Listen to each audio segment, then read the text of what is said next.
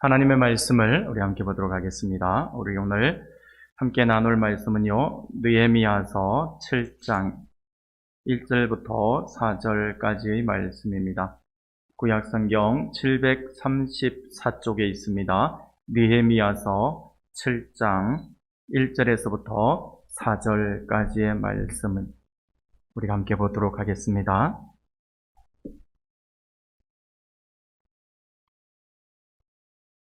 네, 찾으셨으면 우리 한 절씩 교독하도록 하겠습니다. 느헤미야 7장 1절부터 4절까지의 말씀입니다. 제가 먼저 1절 말씀 보겠습니다. 성벽이 건축됨에 문짝을 달고 문지기와 노래하는 자들과 레위 사람들을 세운 후에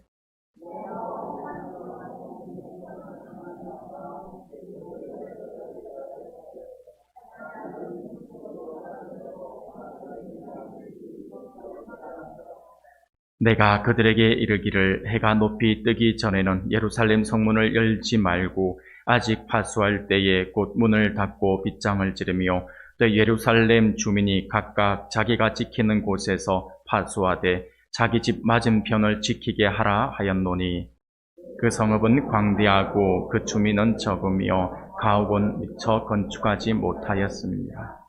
아멘.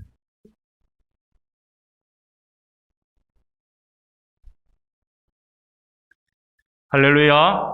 네, 반갑습니다. 하나님의 큰 은혜가 또 우리 사랑하는 성도님들 모두에게 크게 차고 넘쳐나기를 소원합니다. 네, 코로나로 인해서 지금 많이 힘들고 어려운 시국을 우리가 지금 보내고 있습니다. 우리가 지금 우리 예배 드리는 장소에서도 우리가 주변을 돌아보며 또 여러분들이 또 격리되어 있다 보니까 함께하지 못한 성도들이 많이 있습니다. 우리가 위에서 기도 많이 해주시고요. 지금 우리 한국 교회, 한국 사회도 그렇고요. 한국 교회 안에 볼 때 한 번씩은 겪어야 되는 아픔이 아닌가라는 생각이 들 정도로 지금 많은 부분들에 있어서 많이 힘들어하는 부분들이 많이 있는 것 같습니다. 여러분들이 더 교회를 위해서 또 우리 대한민국을 위해서 그리고 또 많이 여러분들이 기도 많이 해주시고 혹시 격리 지옥에 있는 우리 성도들을 위해서도 여러분들이 좀 기도 많이 해주셔서 악화되지 아니하고 빠르게 회복되어서 함께 예배할 수 있는 그 시간을 하나님께서 허락해달라고 여러분들 기도 많이 해주시면 감사하겠습니다. 우리가 느헤미야서의 말씀을 우리가 계속해서 살펴보고 있죠. 오늘 7장 말씀입니다. 7장 1절부터 4절까지의 말씀을 우리가 함께 읽었습니다.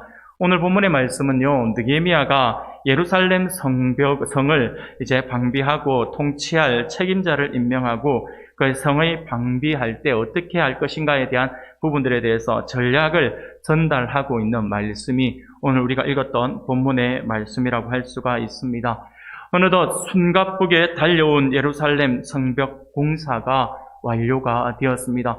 50일이라고 하는 말도 안 되는 엄청난 짧은 기간 안에 그 모든 역사들이 이루어졌던 것이죠. 하나님께서 베풀으신 놀라운 은혜입니다. 하나님께서 베풀으신 놀라운 은혜임과 동시에 52일 만에 이 성벽을 완성했다라고 하는 것은 성도들이 정말 얼마나 바쁘게 얼마나 힘들게 이렇게 만들어 왔는지를 우리가 눈여겨볼 수가 있을 것입니다. 그들이 정말 밤잠 설쳐가면서 이것을 완공해야겠다라고 하는 그 일념으로 그들이 달려왔던 것입니다. 그들이 숨가쁘게 달려왔던 그거. 근데 그것이 단순하게 공사만 하는 일에만 그들이 전념했던 것은 아니었죠.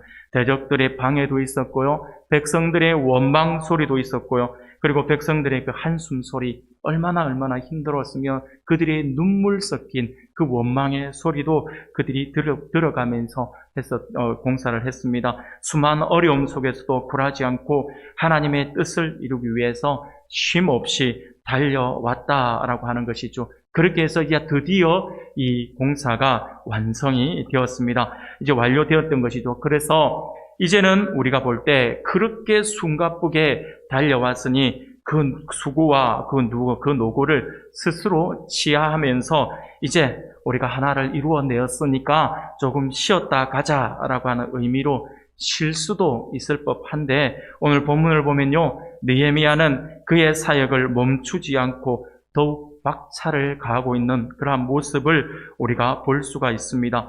그는 오히려 성벽 재건보다 더 큰 사역이라 할 수 있는 국가 재건 작업에 뛰어들고 있는 모습을 보여주고 있습니다. 쉽게 말씀을 드리면 예루살렘을 하나님의 거룩한 도성으로 회복하기 위한 야심찬 계획을 세우고 거침없이 그것을 밀어붙이면서 나아가고 있는 느헤미야의 모습을 볼 수가 있다라고 하는 것이죠. 느헤미야는 예루살렘을 본래의 하나님의 거룩한 도시로 회복하기 위해서 성벽을 다시 쌓고 성문을 걸고 주택을 다시 짓는다 해서 그것이 저절로 회복되는 것이 아니다라고 하는 사실들을 너무나도 잘 알고 있었던 것입니다. 느헤미야는 잘못된 것을 바로 잡아줄 수 있는 책임자들을 세우고 인구를 재배치해야 한다라고 하는 사실을 인식했던 것입니다. 100년 가까이 폐허로 방치되었던 예루살렘을 다시 하나님의 도성으로 회복하는 것은 다름 아닌 사람들을 바로 세우는 일에서 출발해야 한다라고 하는 것을 느헤미야가 너무도 잘 알고 있었습니다. 그래서 느헤미야는 지금까지 성벽 쌓는 사역에 목적을 두어서 집중을 해와서 달려왔다라고 한다면 이제는 그 성벽과 성 안에 거주하는 사람들에 대해서 집중하는 느헤미야의 모습을 볼 수가 있습니다. 아무리 성벽이 난공불락의 요새라고 할지라도 성 안에 있는 사람들이 시원찮으면 아무 소용이 없습니다. 성벽의 두께나 성의 높이가 사람들을 지켜주는 것이 아니다라고 하는 것을 그가 잘 알고 있었습니다. 성벽의 두께나 높이가 아닌 성 안에 사는 성 안에서 살고 있는 사람들의 그들의 신앙심과 도덕성이 중요하다라고 하는 것을 인식했던 것이죠. 이러한 사실을 느헤미야가 너무나도 잘 알고 있었기에 이제 느헤미야는 지금까지 성벽 재건 사역이 그의 주축이 되는 사역이었다고 한다면 이제 그것을 완공을 하고 난 뒤에는 사람을 세우는 사역으로 그의 사역의 중심이 이동하고 있는 것을 볼 수가 있습니다. 곧 우리가 오늘 7장 1절부터 말씀을 보았는데 느헤미야서 7장부터는 느헤미야의 그 사명의 초점이 바뀌고 있습니다. 어떻게 바뀌냐니까 성벽에서 사람으로 옮겨지고 있는 것을 우리가 볼 수가 있다라고 하는 것이죠. 사랑하는 우리 성도 여러분, 이와 같이 성벽에서 사람으로의 사역의 전환은 매우 중요한 부분이라고 할 수가 있습니다. 왜냐하면요, 이것은 성경에서 끊임없이 강조를 하고 있는 부분이고 우리 예수님께서 이 땅에 오셔서 공생의 그 사역을 하시던 그 3년의 생활 동안 하신 일도 결국은 제자를 세우는 일이었던 것이죠. 제자 양성에 초점을 맞추고 있었다라고 하는 것이죠. 사람을 세워서 그 다음을 대비하자라고 하는 것이 우리 주님의 사역의 초점이었다라고 하는 것입니다. 이것을 우리가 잊어서는 안 됩니다. 그러므로 오늘 우리 교회 또한 마찬가지일 것입니다. 사람을 키우고 세우는 일에 우리가 최선을 다해야 할 것입니다. 그렇지 않으면 우리 교회도 우리 한국 교회 전체적으로 보더라도 우리는 점점 만약 그것이 이루어지지 않은 상태에서 계속해서 그대로 지속되고 있다면 결국 우리도요 점점 유럽의 많은 교회들처럼 되고 말 것이다 라고 하는 것은 불을 보듯 뻔한 일이라고 할 수가 있습니다.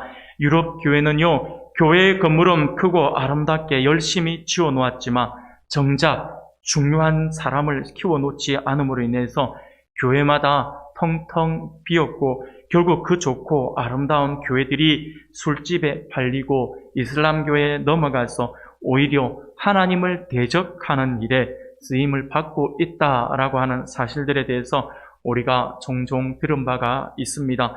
그러한 전철을 오늘날 우리 한국 교회가 밟지 않기 위해서 우리는 각고의 노력을 기울여야 할 것입니다.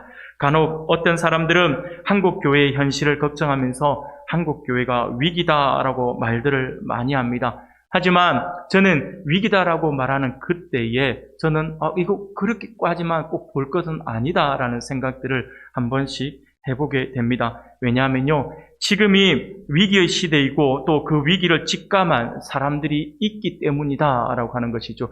그들이 없는 게 아니라 지금 위기의 상황이고 이것을 앞으로 어떻게 대처해야 될 것이고 그리고 앞으로 우리가 어떻게 준비를 해야 될 것인가에 대해서 인식을 하고 그렇게 노력을 하는 사람들이 지금 우리 주변에 많이 있다라고 하는 것이죠. 그것 때문에 우리가 위기의 때긴 하지만 반드시 그것이 위기라고만 볼 수는 없다라고 말씀을 드릴 수가 있다라고 하는 것입니다.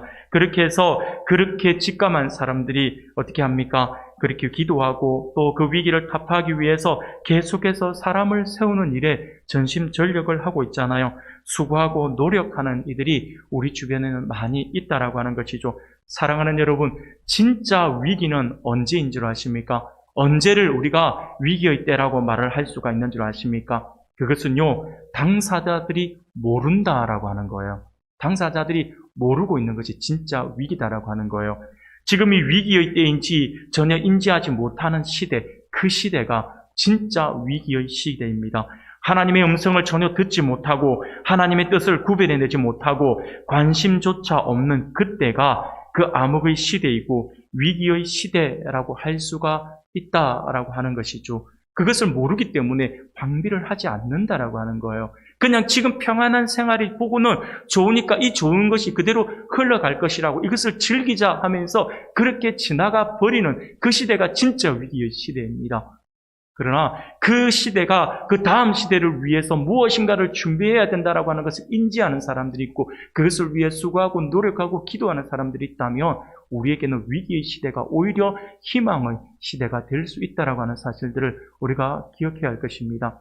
예전에 제가 가르치던 청년 하나가 저에게 와서 이런 질문을 하나 했어요. 어떤 질문이냐니까 우리 교회는 아니지만 한국 교회 안에 수많은 사람들이 음주 문제에 있어서 너무 심각하게 생각하지 않고 자연스럽게 음주 문화에 접어들고 있다라고 이야기를 하더라고요. 그러면서 이 친구가 계속해서 이야기를 하기를 그렇게 음주 문화가 우리 주변에 우리 예수 믿는 사람들에게도 이것이 어느 순간 위기의 순간 아주 심각한 문제로 접근되지 않는 것으로 볼 때 자기가 볼 때는 향후 1, 20년 안에는 뒤에는 한국 교회 안에 음주 문화가 자연스럽게 들어올 것 같다라고 하면서 심각하게 이야기를 하고 있는 것입니다. 그래서 제가 순간 그 이야기를 들음과 동시에 그냥 웃으면서 농담하면서 그냥 야, 너 술 마시고 돌아다니냐? 라고 했더니 순간 놀래가지고 저 아닌데요? 하면서 막 이야기를 하더라고요. 그러면서 제가 농담이다 라고 이야기를 하면서 이 친구가 이야기했던 부분들에 대해서 이야기를 했습니다. 그러면서 네가 했던 그 고민은 사실 목사님이 네 나이 때에 똑같이 했던 생각들이다. 나도 지금 우리 한국 사회, 당시 한국 사회를 보면서 앞으로 1, 20년 안에 우리의 그 안에 한국 교회 안에 음주 문화가 자연스럽게 스며들어올 것 같다라고 했지만 지금 봐라. 전혀 그렇지 않고 있느냐, 않고 있다라고 이야기를 했어요. 그러면서 제가 이야기를 해준 게 있어요.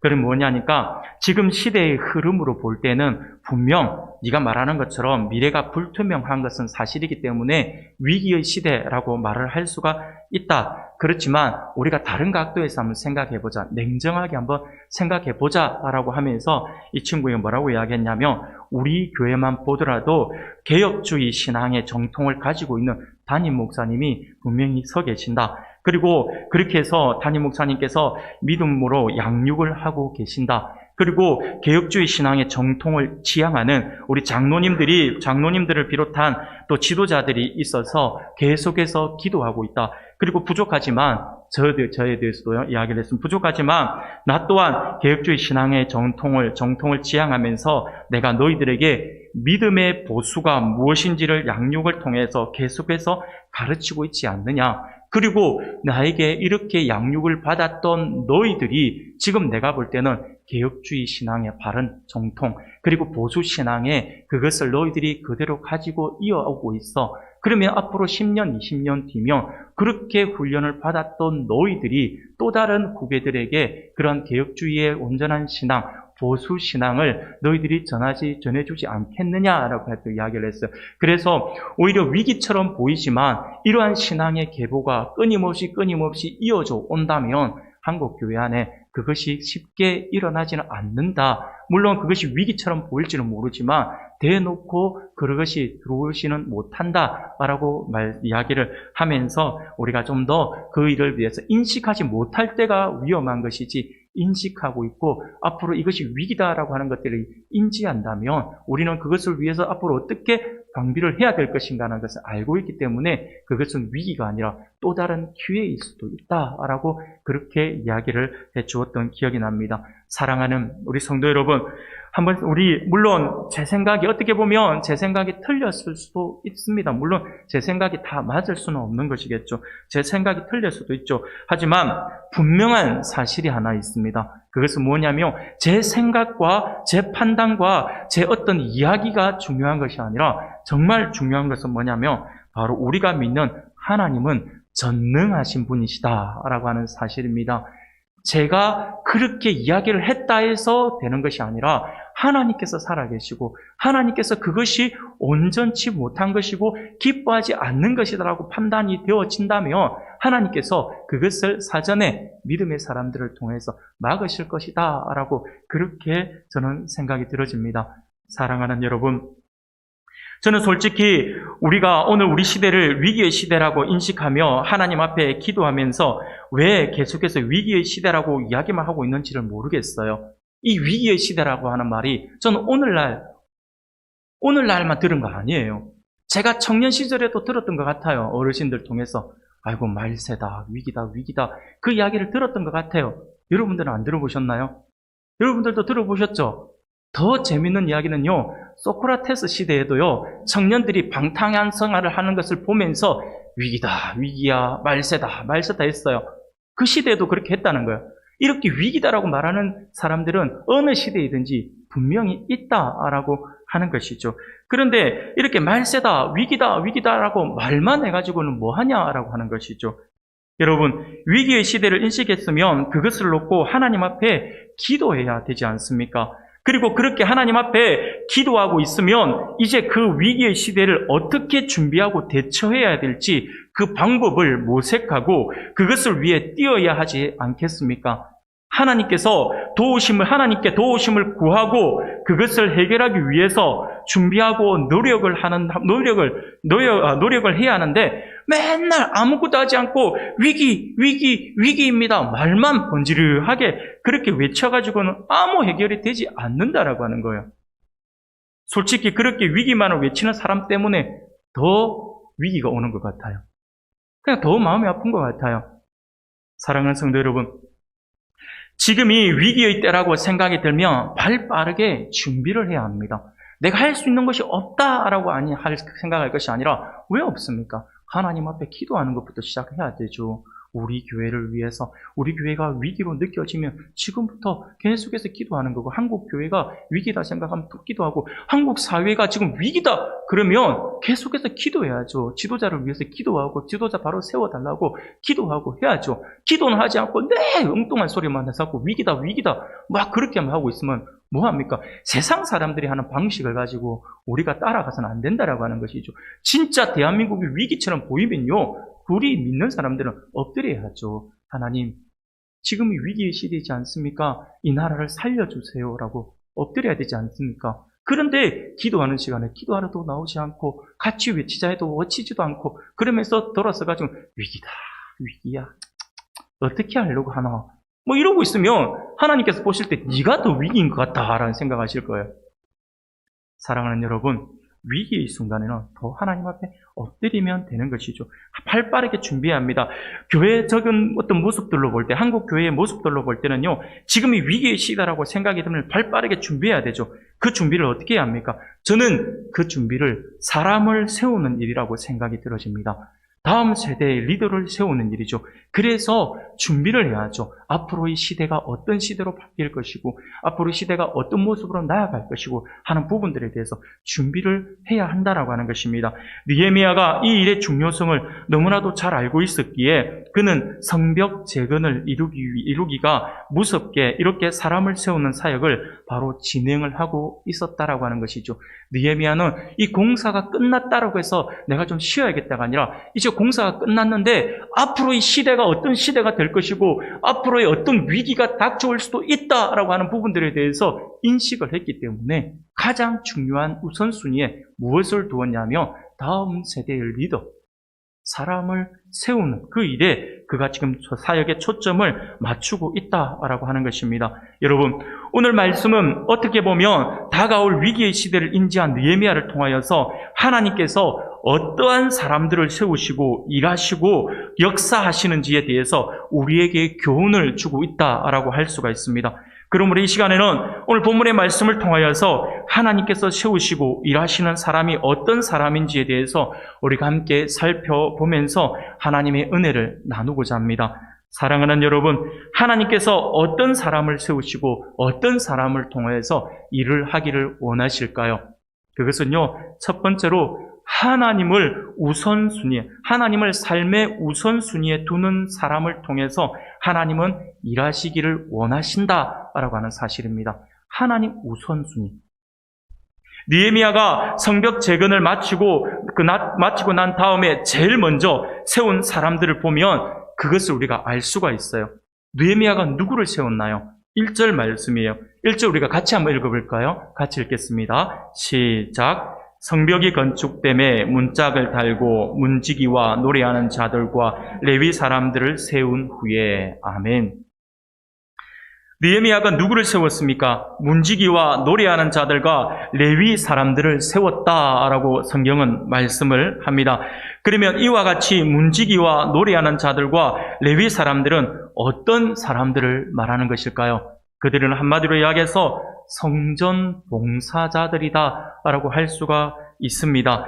느헤미야는 성벽이 완공되기가 무섭게 이 사람들부터 선별하여 세웠다라고 하는 것입니다. 이것이 느헤미야의 정책이었습니다. 그리고 이러한 느헤미야의 모습을 통해서 느헤미야가 평소에도 어떤 성품을 가지고 있었는지를 우리가 충분히 짐작하고도 남음이 있습니다. 우리는 앞에서도 살펴보았던 것처럼 느헤미야가 무너진 성벽을 재건할 때 어느 문부터 세웠는지 혹시 기억나십니까? 예루살렘을 정결하게 하고 깨끗하게 하기 위해서 냄새나고 지저분한 똥 오줌 등의 오물이 나가는 분문부터 세웠을까요? 아니면 물이 중요하다 해서 수문부터 세웠을까요? 아니면 말이나 소나 짐승들을 또 통과시켜야 되는 그 말이 통과해야 한다라고 해서 이 마문이라고 하는 그 마문부터 세웠을까요? 당연히 아니죠. 우리는 이미 느헤미야서 3장의 말씀을 통해서 살펴보았습니다.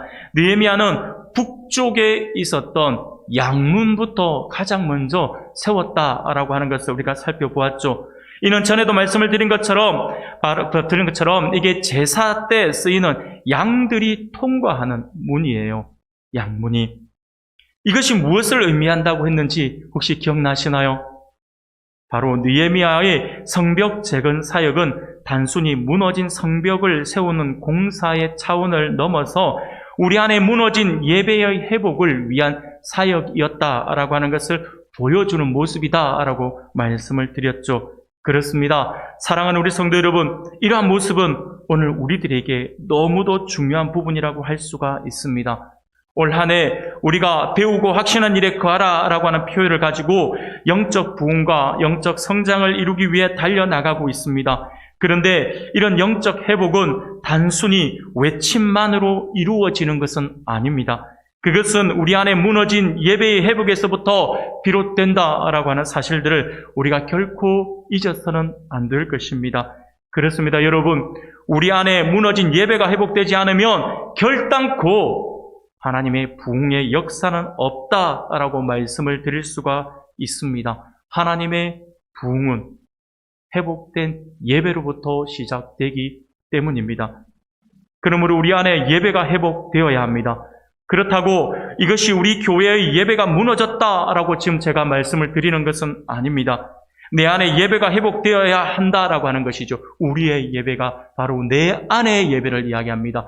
내 안에 예배가 무너져 있는 나의 그 예배가 회복되어져야 한다라고 하는 것입니다. 예배를 드리면서도 감동이 없고 감격이 없으며 하나님을 만나고 싶은 간절함이 없고 예배 시간에 졸음만 오고 딴 생각만 든다면 그것은 십중팔구 내 안에 예배가 무너져 있다라고 하는 증거가 될 것입니다. 예배가 우선순위가 되지 아니하고 예배가 차선이 되고 내가 남는 시간에 예배나 드려볼까 한다라고 한다면 진짜 예배가 무너져 있는 사람이에요. 예배를 위해서는 어떤 것도 양보할 수 없어 라고 하면서 예배가 우선적으로 되는 그 사람의 영혼에는 예배가 살아있는 예배가 되어진 것이죠.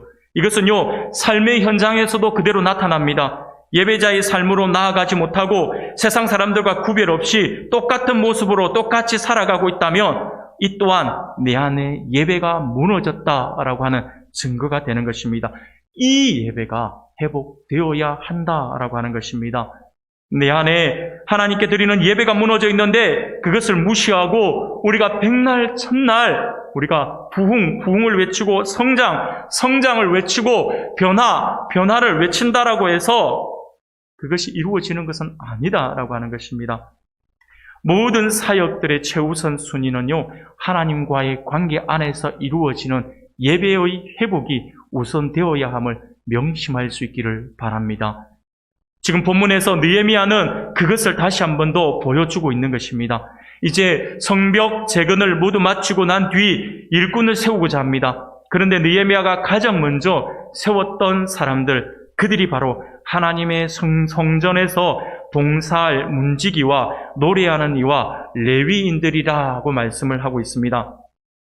이는 곧 철저하게 하나님을 삶의 우선순위에 두었던 느헤미야의 모습을 다시 한 번 더 확인해 볼 수 있는 그러한 말씀이라 할 수 있습니다. 사랑하는 성도 여러분, 느헤미야는 철저하게 하나님 제일주의의 삶, 하나님 중심주의의 그러한 삶을 살았던 사람입니다. 그렇습니다. 바로 이러한 사람들이 하나님께로부터 부어지는 그 복을 받아 누리는 사람들이다라고 하는 사실들을 반드시 기억할 수 있기를 바랍니다. 사랑하는 여러분, 미국의 역사를 여러분들 잘 아시죠? 미국의 역사를 살펴보면요, 미국이 지금까지 거의 모든 부분에서 승승장구할 수 있었던 이유가 무엇인지 아십니까? 물론 여러 가지 그들의 과학, 기술, 그리고 문화 부분에 있어서 여러 가지 많은 부분들에 있어서 월등한 차이가 빚어낸 산물이라고 분명히 말을 할 수가 있을 것입니다.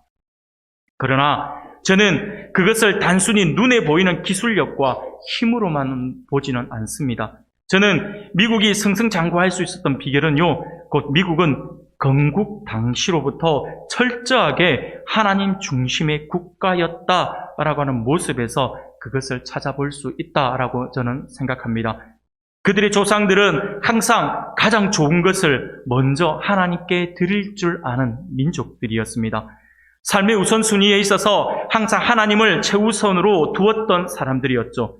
그들은 신앙의 자유를 찾기 위해서 메이플라워를 타고 신대륙에 도착하여서 그 황량하고 척박한 땅에서 자기들의 거처를 먼저 마련하기보다 가장 먼저 마련한 것이 바로 교회였습니다. 함께 예배할 수 있는 장소였고 그 다음으로 지었던 것이 학교였어요. 다음 세대를 위해서 학교를 지었고요. 그 다음 지은 것이 자기들의 집이었다라고 하는 이야기는 유명한 일화로 남아 있습니다. 사랑하는 여러분, 그들이 어느 정도로 하나님 중심의 삶을 살려고 노력했던 사람들인지를 우리가 엿볼 수 있는 부분입니다. 그들은요, 교회를 세울 때에도 어느 한 마을에 교회를 세운다 할 때 그냥 교회를 세우는 것이 아니라 이 마을에서 가장 좋은 위치가 어디인지를 살폈고 그 위치에 교회를 세웠다라고 하는 거예요. 추수한 뒤에도 제일 잘 익은 열매는 따로 구별하여서 하나님 앞에 예물로 드렸던 사람들이 바로 그들이었습니다. 그러니 하나님께서 그들을 어찌 복 내리지 않으시겠습니까? 그들의 중심이 하나님 중심인데 하나님 보시고 얼마나 기뻐하셨을까요? 얼마나 그들을 어여삐 여겨주셨을까요? 사랑하는 여러분, 사무엘상 2장 30절 말씀을 보면 하나님께서 우리에게 이렇게 말씀을 하세요. 그러므로 이스라엘의 하나님 나 여호와가 말하노라. 내가 전에 내 집과 내 조상의 집이 내 앞에 영원히 행하리라 하였으나 이제 나 여호와가 말하노니 결단코 그렇게 하지 아니하리라. 나를 존중히 여기는 자를 내가 존중히 여기고 나를 멸시하는 자를 내가 경멸하리라 라고 말씀을 합니다. 사랑하는 성도 여러분, 분명히 기억할 수 있길 바랍니다. 하나님은요, 우리가 하나님을 높여드리고 하나님을 존중히 여겨드리고 하나님 우선적인 삶을 살아갈 때 하나님께서 그를 기억하신다라고 하는 거예요. 나를 존중히 여기면 나도 너를 존중히 여기겠다. 나를 무시하면 나도 역시 너를 무시한다 라고 말씀을 하시는 거예요. 여러분, 여기에 하나님의 말씀, 여기에 복의 비결이 있는 거 아닌가요? 생각해 보십시오. 여러분들이 하나님께 드릴 때 가장 좋은 것으로 드리면 하나님께서도 가장 좋은 것으로 우리에게 돌려주신다는 거잖아요. 우리가 대충 아무거나 갖고 와서 하나님께 드리면 하나님도 역시 대충 아무거나 하나님께서 주신다는 거죠. 여러분들이 대충 아무거나 갖고 와서 하나님 앞에 드리면서 하나님 저는 가장 좋은 것 주세요. 이게 뭔가 안 맞는 거예요. 하나님께서 분명히 말씀하시잖아요. 존중히 여기는 그를 나도 존중히 여기겠다라고 말씀을 하시잖아요. 사랑하는 여러분, 이처럼 미국을 세운 청교도들이 하나님을 존중히 여겼을 때에 하나님께서는 그들에게 보상이라도 하시듯이 그들에게 복을 내려주시고 지금까지 세계 최강대국 강대국으로 그렇게 설 수 있도록 하나님께서 은혜 베풀어 주시지 않습니까? 하나님을 최우선으로 둘 줄 아는 민족이 그들이었다라고 하는 것이죠. 그런데 있잖아요, 여러분, 이 사실이 미국 사람들에게만 우리가 볼 수 있었던 것은 아니에요. 이것을요, 우리나라를 통해서도 볼 수가 있습니다. 우리나라도 그랬잖아요. 우리나라가 이처럼 복받고 한국교회가 세계에서 그 유래를 찾아볼 수 없을 만큼 하나님의 엄청난 복을 받아 누리게 된 것은요, 결코 우연이 아닙니다. 한국교회의 믿음에 앞선 세대들이 보여주었던 헌신 때문이죠. 우리 믿음의 앞선 선배들이 어떻게 생활했는지 여러분들은 기억하실 겁니다. 여러분도 잘 알고 있으시잖아요. 우리 믿음의 선배들은요, 가난하고 헐벗고 보릿고개라고 하는 그 넘기 힘든 그 엄청난 고개, 저도 보릿고개 세대는 아닙니다. 그렇기 때문에 보릿고개 그러면 처음에는 이 보리로 만든 과자 이름인가 라는 생각을 했을 정도로 이 보릿고개를 뭔지를 모르는 세대였거든요. 그런데 우리 부모님 세대, 우리 할아버지 할머니의 세대는 그 어려운 세대를 넘어왔던 그러한 분이시잖아요. 그 보릿고개라는 어려운 고개를 넘으면서도 그분들은요, 우리 믿음의 선배들은요, 하나님께 드리는 것만큼은 최선의 것을 드리려고 노력했던 분들이었죠.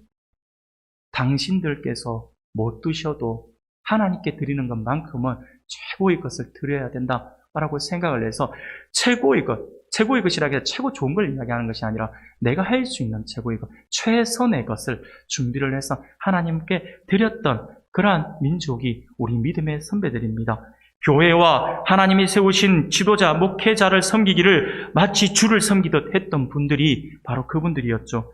당신들은 못 먹어도 하나님께는 최선을 다해 드렸고 심지어 헌금을 할 때면 주말이면 은행에 가서 새 돈을 바꾸어서 하나님께 드리려고 했고 그것이 여의치 않으면 다리미로 돈을 다려서라도 하나님 앞에 드리려고 했던 분들이 우리 믿음의 선배들이었습니다. 이유가 무엇입니까? 하나님께 드리는 것은 가장 좋은 것으로 드려야 한다라고 하는 믿음 때문이었던 것이죠. 그래서 우리 한국교회가 이런 엄청난 은혜를 누리고 있는 것이다 라고 하는 사실들을 우리가 결코 잊어서는 안 됩니다. 사랑하는 여러분, 레위기서 1장 3절에 보면 번제에 드려지는 예물에 대해서 하나님께 이렇게 말씀을 합니다. 그 예물이 소의 번제이면 흠없는 수컷으로 회막문에서 여호와 앞에 기쁘게 받으시도록 드릴지니라 라고 말씀을 합니다. 하나님께 드리는 제물은 흠이 없는 수컷이어야 한다라고 말씀을 하시죠. 여기서 흠이 없는 것이다 라고 하는 말씀은요, 결점이 없는 것, 온전한 것을 이야기하는 것입니다. 집에서 남는 걸로 드리는 것이 아니라 온전한 것, 아끼는 것, 딱 봐도 너무 귀하게 보이는 그것을 하나님 앞에 드리는 것이 바로 그것입니다. 집에서 안 쓰니까, 집에서 그냥 두었으니까, 집에 2개 있으니까 그 중에서 하나, 이렇게 해가지고, 하는 게, 해가지고 이렇게 그냥 대충 갖고 오는 것이 아니라, 하나님께 드리는 것만큼은 이것이 아니라, 내가 가질 수 있는 새 것으로 이렇게 드리는. 예전에 우리 앞에 있던 앞에 교회네요. 앞에 있는 교회들은 이게 성미를 하나님께 드렸어요. 성미는 여러분들 아시잖아요. 요즘 우리는 성미가 없어졌잖아요.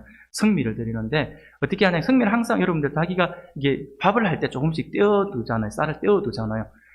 우리 권사님 한 분이 그러는 거예요. 항상 어떻게 자기는 일을 못 하겠대요. 뭐냐니까 성미를 어떻게 내가 먹던 거에서 떼가지고 이걸 갖고 오지 하나님께 드리는 건데 그러면서 항상 이분은 성미 쌀을 따로 구입을 하더라고요. 따로 구입을 해서 한 달이면 한 달치 거를 아예 성미 쌀이라 해가지고 새 것으로 그것도 햇살에 넣으면 반드시 그걸 사서 하나님 앞에 성미라고 가져오시더라고요. 조금씩 조금씩 가져오는 것이 아니라 그렇게 해서 드리더라고요. 하나님께 드리는데 내 먹던 걸 어떻게 드리지? 막 그렇게 하면서 갖고 오는 모습을 보았어요. 우리 믿음의 선배들이 그렇게 하셨다는 거예요. 얼마나 귀합니까? 얼마나 그 마음, 하나님께서 그것을 원하신다 이런 것이 아니라 하나님을 향한 그 마음을 하나님께서 기뻐하신다는 거예요. 우리가 드린 물질에 하나님 관심이 있는 것이 아니라 우리가 쏟는 그 정성, 그 마음에 하나님께서 보신다. 그 마음에 하나님께서 초점을 두신다라고 하는 것입니다. 사랑하는 여러분, 이러한 우리의 믿음의 1세대, 2세대의 선배들이 보여준 그 신앙의 유산이 오늘날 하나님께 보상을 받아서 대한민국이 복받고 한국교회가 이렇게 성장하는 복을 누리고 있다라고 하는 사실들을 믿으시길 바랍니다. 그러면 이제 우리 차례지 않습니까? 우리가 믿음의 선배들이 그것을 위협받아서 우리가 이것을 누리고 있다면 이제 우리 차례죠. 우리가 믿음의 앞선 세대의 그 믿음의 헌신을 통해서 이렇게 복을 받았다면 이제 우리가 다음 세대에게 믿음의 유산을 물려주어야 할 것입니다. 그것이 우리의 책임일 것입니다. 그러므로 우리는 철저하게 하나님 중심적인 신앙, 하나님이 최우선이 되는 신앙의 유산을 물려주어야 할 것입니다. 그것이 다음 세대를 위한 우리의 최고의 유산이 된다라고 하는 사실들을 믿으시길 바랍니다. 후세들에게 우리가 물려줄 수 있는 유산, 최고의 유산은요, 금전적인 게 아니라 하나님을 향한 신앙이고 하나님을 향한 헌신이고 우리가 보여줄 수 있는 하나님의 최우선으로 두는 그 마음이다라고 하는 사실들을 반드시 기억할 수 있기를 바랍니다. 사랑하는 여러분, 그렇습니다. 우리는 철저하게 철저하게 우리의 삶의 우선순위에 하나님을 두어야 할 것입니다. 그리고 철저히 하나님을 존중히 여길 수 있기를 바랍니다. 그렇게 할 때 하나님께서 우리에게 복을 주시고 또 우리를 통하여 하나님의 놀라운 일들을 이루어 주실 것입니다. 우리 하나님께서 이런 자들을 통하여 일을 하기를 원하신다라고 하는 사실들을 반드시 기억할 수 있기를 바랍니다. 두 번째로 하나님께서 어떤 사람을 세우시고 일하시기를 기뻐하실까요? 어떤 사람들을 데리고 일을 하기를 원하실까요? 그것은요, 하나님께 충성하며 경외하는 사람을 통하여 하나님은 일하시기를 원하십니다. 2절 말씀을 우리가 같이 한번 읽어볼까요? 2절을 같이 읽겠습니다. 시작. 내 아우 하나니와 영문에 관한 하나냐가 함께 예루살렘을 다스리게 하였는데 하나냐는 충성스러운 사람이요 하나님을 경외함이 무리 중에서 뛰어난 자라. 아멘. 느헤미야는 자신을 대신해서 예루살렘을 다스릴 2명의 지도자를 세웠습니다. 그 중에 하나가 하나니라고 이야기했습니다. 이 하나니는요 바로 느헤미야의 동생이었습니다. 그러므로 하나니를 예루살렘의 책임자로 중에 하나로 임명을 했다라고 하는 것은 자기의 동생을 끌어들여서 동생을 세웠다? 이 좀 뭔가 좀 그렇지 않나라는 생각을 해볼 수 있어요. 그래서 동생을 세웠다라고 하는 이것을 두고 족벌 체제를 구축하기 위한 것으로 오해할 수 있는 소지가 분명히 있어요. 그런데 우리가 지금까지 느헤미야가 보여주었던 그의 강직한 성품으로 볼 때 그것은 이 하나니가 그의 동생이라고 하는 이유 때문에 그렇게 예루살렘의 책임자로 임명했다라고 보기에는 힘듭니다. 왜냐하면 지금까지 느헤미야가 보여줬던 그의 성품이 그걸 말해주고 있거든요. 하나니는 충분히 예루살렘의 지도자로 세움을 받기에 적당했던 그러한 인물이었다라고 하는 것입니다. 하나니는요, 예루살렘의 책임자가 되기에 손색이 없을 정도로 민족을 사랑하고 충성된 인물이었습니다. 그는 예루살렘이 해파된 소식을 느헤미야에게 전해 주었던 인물이었거든요. 그런데 그 소식을 전한다라고 하는 것이 오늘처럼 우리가 폰 꺼내가지고 형님 지금 예루살렘이 완전 쑥대밭이 되었습니다 라고 이야기를 할 수 있는 시대가 아니잖아요. 지금 러시아와 우크라이나가 전쟁이 지금 벌어지고 있잖아요. 얼마나 지금 그 소식들을 들을 때마다 얼마나 가슴 아픕니까? 지금은 인터넷이라고 하는 것들이 너무나도 발달되어 있고 미디어가 잘 되어 있어서 그 옆에 지금 마치 옆 동네 두 나라가 싸우고 있는 것처럼 우리가 전해듣고 있잖아요. 근데 우리의 정반대쪽 나라잖아요. 그쪽의 나라들이 지금 싸우고 있는 거 우리는 쉽게 접하고 싶잖아요. 그런데 그거 우리 시대이지만 과거의 시대, 지금 느헤미야의 시대로 돌아가 보면요. 그렇지 않아요. 이 소식을 전하는 것이 결코 쉽지가 않습니다. 왜냐하면요, 예루살렘에서 수상궁, 느헤미야가 있었던 수상궁까지의 거리는 약 1600km가 넘는 그러한 거리였어요. 약 1600km. 그러면 이 거리를 가서 전해준다라고 하는 것은 최소 몇 개월 이상의 그런 엄청난 수고, 그 여행을 하면서 죽을 고비도 넘길 수 있는 그러한 위기가 있는 그러한 길이라고 하는 거예요. 그 모든 그 위기를, 그 위험을 무릅쓰고 달려갔던 인물이 바로 이 하나니였다라고 하는 것이죠. 민족에 대한 사랑과 충성심이 없이는 불가능한 일이었습니다. 즉 하나님은 누구보다 책임감이 강하고 성실했으며 또한 예루살렘을 뜨겁게 사랑했던 인물이었다라고 하는 것을 우리가 알 수가 있습니다. 그리고 예루살렘의 책임자로 임명된 또 다른 한 사람이 등장하죠. 영문의 관원이다라고 했죠. 영문의 관원이었던 하나냐라고 하는 사람이 등장합니다.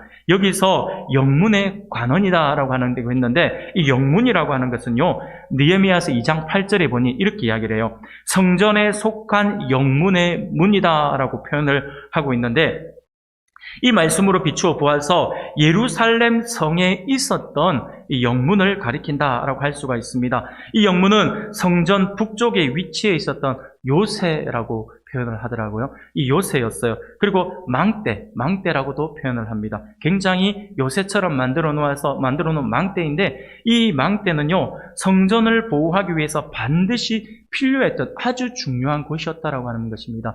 그곳에서 적들이 오는 것들에 대해서 볼 수 있었고, 예루살렘 성을 이게 방비하기 위해서 그 망대에서 그렇게 일을 하는 사람들은 굉장히 중요한 사람들이었다라고 하는 것이죠. 바로 하나냐가 이 중요한 영문의 관원이었다라고 이야기합니다. 영문을 관리하는 파수꾼들의 총 책임자였다라고 이렇게 말씀을 하고 있는 것이죠. 그가 유능한 사람이었다라고 하는 것을 암시해주고 있는 말씀입니다.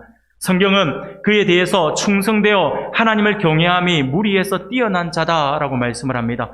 즉 느헤미야는 충성스럽고 하나님을 경외하는 자들을 들어서 예루살렘 성 방비와 통치의 책임자로 임명을 했다라고 하는 것이죠. 사랑하는 여러분, 하나님의 일을 하는 사람에게 있어서 충성심과 경외심은 필수적인 요소라고 할 수가 있습니다.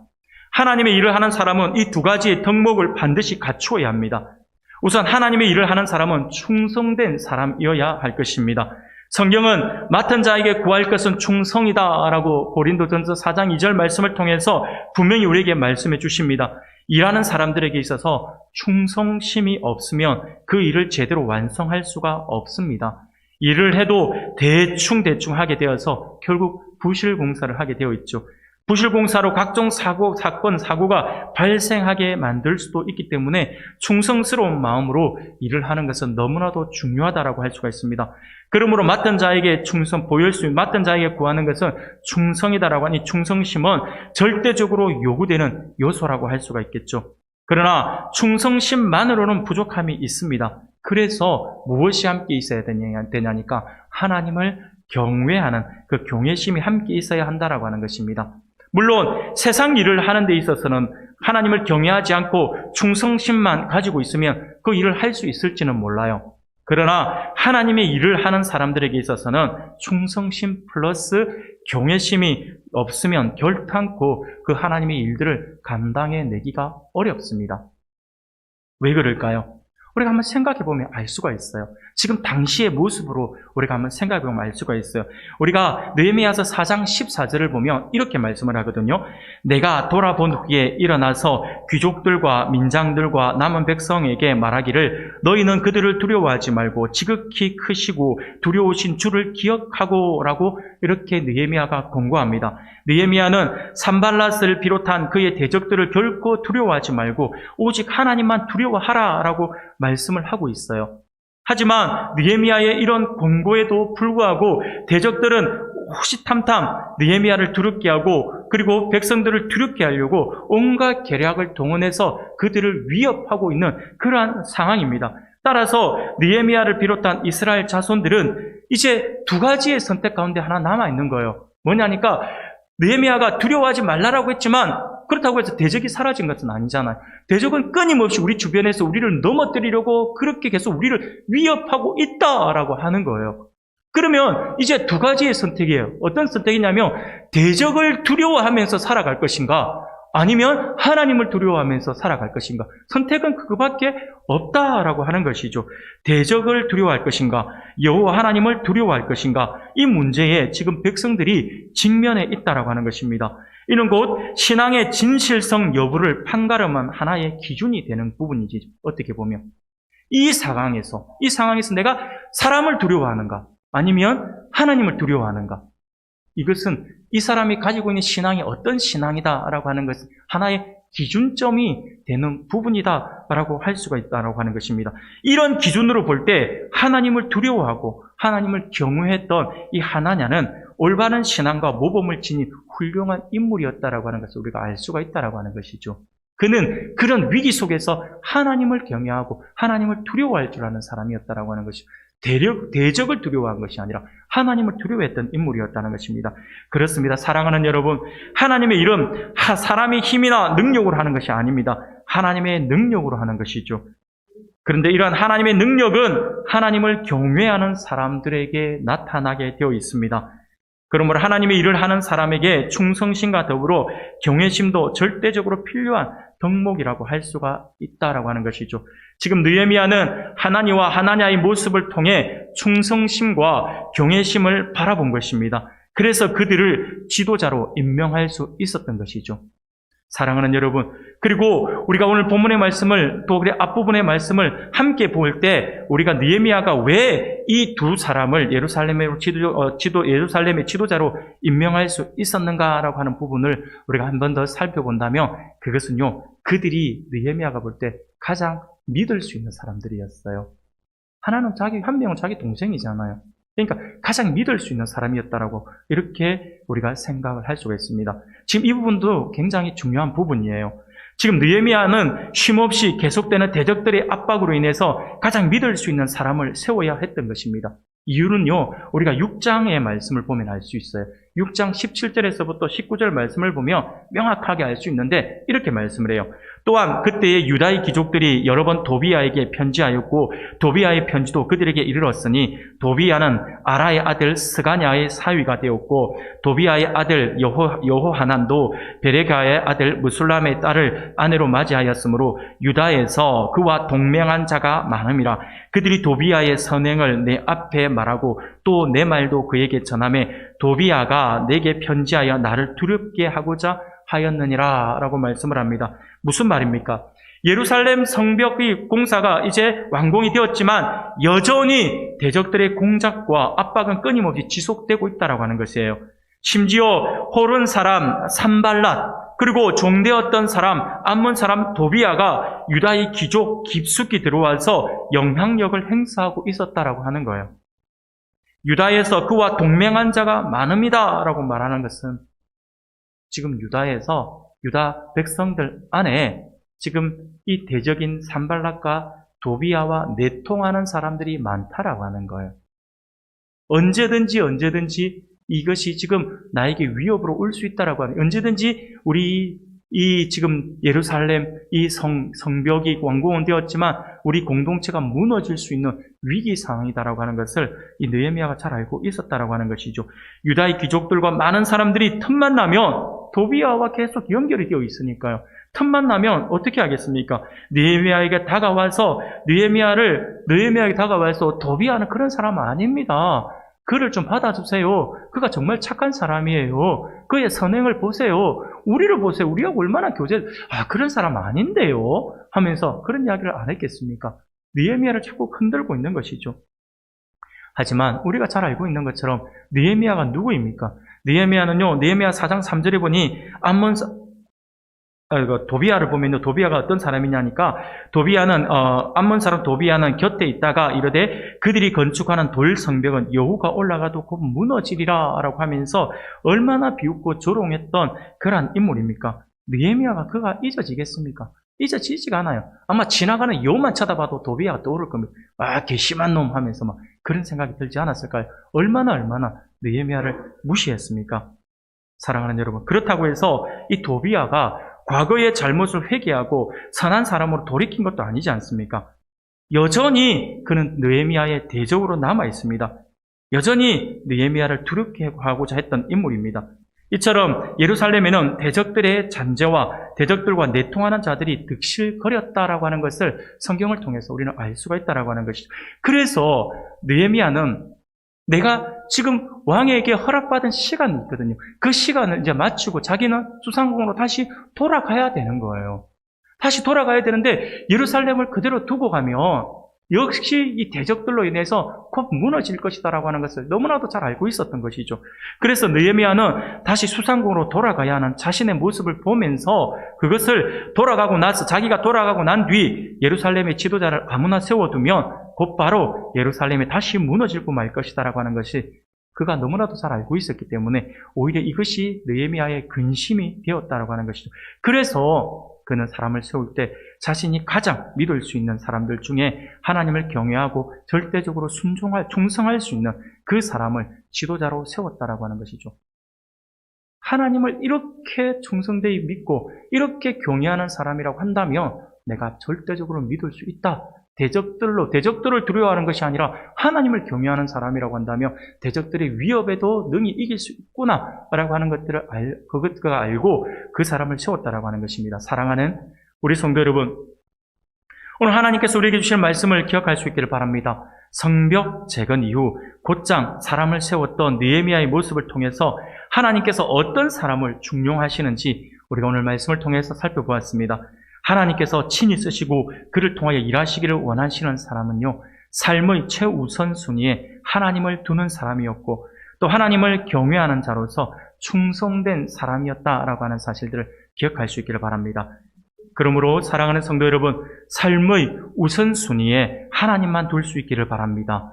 그리고 오직 하나님을 경외함으로 충성되이 섬기는 백성들이 되어서 하나님께 더욱 귀하게 쓰임받아 놀라운 하나님의 역사를 경험할 수 있는 저와 여러분들이 되시기를 주님의 이름으로 축원합니다.